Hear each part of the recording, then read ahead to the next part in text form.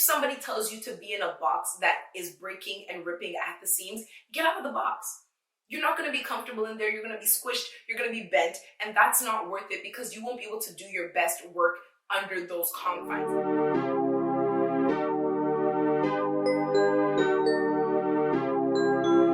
Hey friend, welcome back to my channel. And if you're new here, welcome. My name is Tokes, and on this channel, I give you strategies and tips around business, relationships, and personal development. Today, I want to talk about why it's not necessarily the best decision to niche all the way down and have one niche. When I was starting my entrepreneurial journey, I was very deep into the thoughts around brand, how I want to represent myself, and what I want to put out there. And a lot of the personal research I was doing came up with the concept of having a niche, niching things down, and I tried it for a bit, I won't lie, but it never worked for me. And part of the reason is because in order to niche down, I felt that I had to mute or minimize a lot of the things that I was very passionate about. And in doing so, it kind of blocked my personality. I couldn't really bring my full self, my authentic self to the spaces I occupied because I was trying to hide a bunch of stuff that I didn't feel fell into the box of whatever niche it was that I had chosen at that time. So now I do not niche down. I am very big on being open and bringing your full self to the spaces you occupy because it helps you find your community, to find your tribe, and it also helps people to gravitate towards you because you're not trying so hard to not be something. Instead, you're being the abundance of what you are, and that has a way of attracting to you the people who gravitate towards it. And that's, at the end of the day, I think what we really want, right? You want to build a community that has come to you because of who you are authentically, so you don't find yourself having to force and pretend to be something you're not to keep them around. So when I say don't have a niche, I'm not talking about making this the wild, wild west where you can kind of just do anything. You still have to have strategy, right? You have to know the direction you're going in, but you don't have to confine yourself beyond your comfort level just to fit into a little box of this is the one thing I'm known for. So the way that I have been able to do this with my business, with my personal brand, is that I created my 3 pillars of genius and my 3 modes of presentation.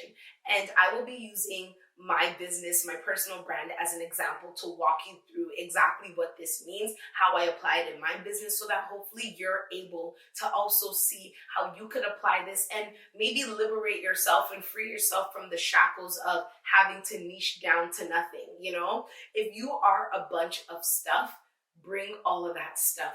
For some people, it will be way too much, but for your people, it will be just enough, and they will be salivating for you to bring more of it to them. So the first step is to figure out your pillars of genius.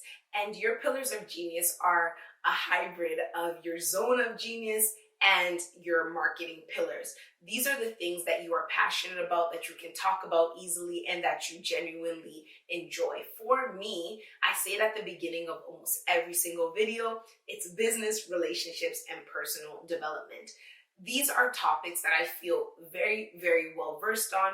I enjoy talking about them. They interest me. I do self-study on them, and I'm constantly striving to grow, and I have in a way that I feel could be beneficial to others. For business, I talk about the entrepreneurial journey as well as the 9-to-5 journey because those are the journeys that I'm on. I quit my job in 2019 to pursue entrepreneurship, and last September, I started a 9-to-5 job while actively also still running my business. And I have experience. I might not be the greatest entrepreneur yet, but I have started something that other people are maybe thinking about starting and trying to determine. And it is truly my pleasure to share with people the journey that I'm on. The second one is relationships. And this is everything from romantic relationships, my heartbreak stories, which I've shared with you, all the way to marketing yourself, pitching yourself, dealing with family members, dealing with friends, and just being intrapersonal. As somebody who seems very bubbly and like an extrovert while still truly being an introvert, I have a lot of experience, right? So I share my view on relationships with all of my platforms in order to help other people figure out what they're doing, maybe see themselves, or even think about things from a different perspective, because I always will share my personal perspective on things. The final pillar is personal development, and this is the love of my life. When you think about personal development, it's everything from self love, confidence building, healing from traumas, financial literacy, luxury, self care, all of that good stuff, right? And as long as whatever it is that I am talking about has to do with improving myself in any way, like high level self. So it could be improving my body, improving my mind, improving my spirit, improving my finances. It falls into the personal development category. And that is something that I am extremely, extremely passionate about. I will never stop growing. I will never stop learning. So why not share it, right? I read a bunch of books. I am constantly getting revelations. So I like to bring that into all the work that I do because it's something that I feel very authentic, true, and passionate about. These are my pillars of genius. And when you're looking to find your pillars of genius, use those same metrics. What do you enjoy talking about? What are you passionate about? What do you believe in? And what makes you happy? At the end of the day, I might care about the environment, but talking about it on videos for hours and hours, week after week, is not something that I have the emotional, mental bandwidth for, nor do I care to increase. So yes, some people might love it when I talk about some environment stuff, but if I don't have it in me, that's not my pillar of genius, because there's some people who would sit in nature and tell you about that all day, but it's not going to be me. So figure out the things that you love, that you enjoy, that you're passionate about, and I'd say keep it around 3. But if you have more than that, more power to you. I like to keep things around 3 to 5, and I keep them quite high level. Like the way I say business, but it's broken down into like a bunch of roots. Relationships, same thing. Personal development, the same thing. But there's a general overview of what the umbrella is, right? So your pillars of genius are the first thing you need. These kind of become your niche, because if people know that they're coming to your page to find these things, they know they're going to get a variation of them, and they don't know what to expect per se in the specifics, but they'll know that like at a high level, this is what you're always going to kind of be talking about. When it comes to your means of presentation, this is the important part. How are people going to gain the information that you are sharing in your zone of genius?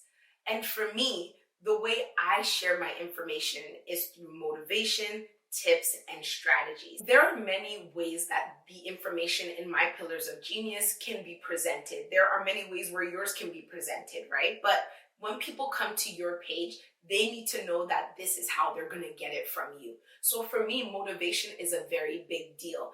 I do not like to talk about things that are not exciting or worthy to me, because I know that that resonates and translates to the way that people absorb the information I give. I am a very positive, faith-filled person while also being very realistic.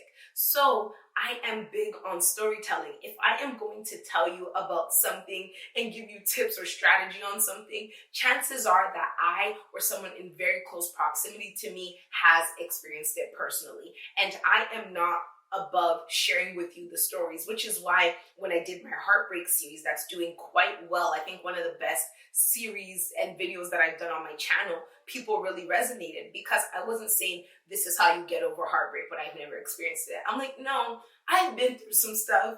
This is what it is. And I'm going to share it with you, not just by giving you high level, but telling you my story and allowing you to feel comfortable that, oh, if she's telling me this and she's actually been through it, maybe she is a credible source for the information that she's giving. Being honest and optimistic are also a really big part of this means of presentation for me, because when I tell people about my stories, they can seem very heartbreaking, but when I come at it from this positive disposition and I'm honest and letting them know that, hey, I'm shiny now, which is why I'm talking to you about it, but let me tell you about the dark moments, people love that. People can relate to that, because I'm not sitting here acting like I've always been this person. I'm letting people know that this is the journey that got me here.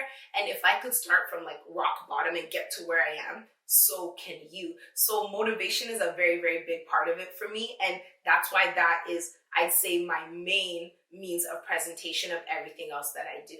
My second means of presentation is tips. I love to give tips. There'll probably be 2 or 3 tips, or even more than that, in every single video I do, because I want to give you something to take away.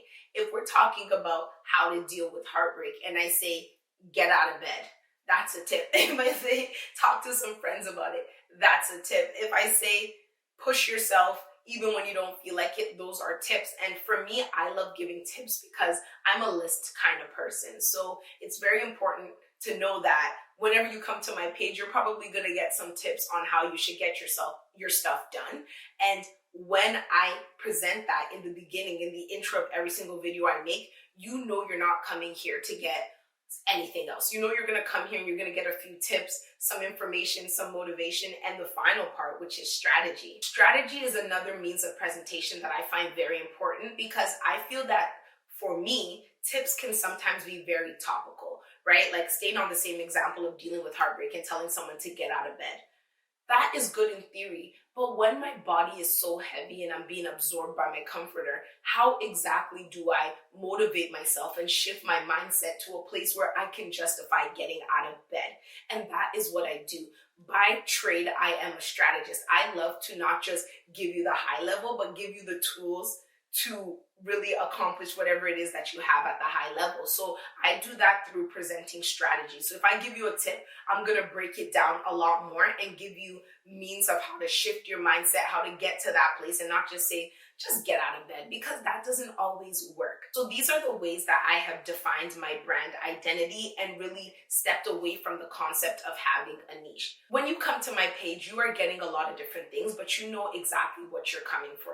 You're coming for my honest, true take on the things that I love talking about, and you won't necessarily like all the videos, and that's okay, but at the same time, you're getting the best and most authentic version of me. So I hope that this video helps you really redefine and rethink what your niche is, what you want to get into, and how you want to represent yourself in the spaces that you occupy. If somebody tells you to be in a box that is breaking and ripping at the seams, get out of the box. You're not going to be comfortable in there. You're going to be squished. You're going to be bent. And that's not worth it because you won't be able to do your best work under those confines. Liberate yourself, be free, step into every space with your most authentic self and see the way that those who are meant to be in your community undeniably gravitate towards you. I hope this helps you, and I would love to hear what you do.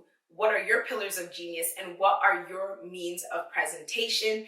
Please share this with a friend, subscribe, hit the like button, hit the notification button so you can get information of every single time I post a new video around these pillars of genius, and I will speak to you again soon. Bye.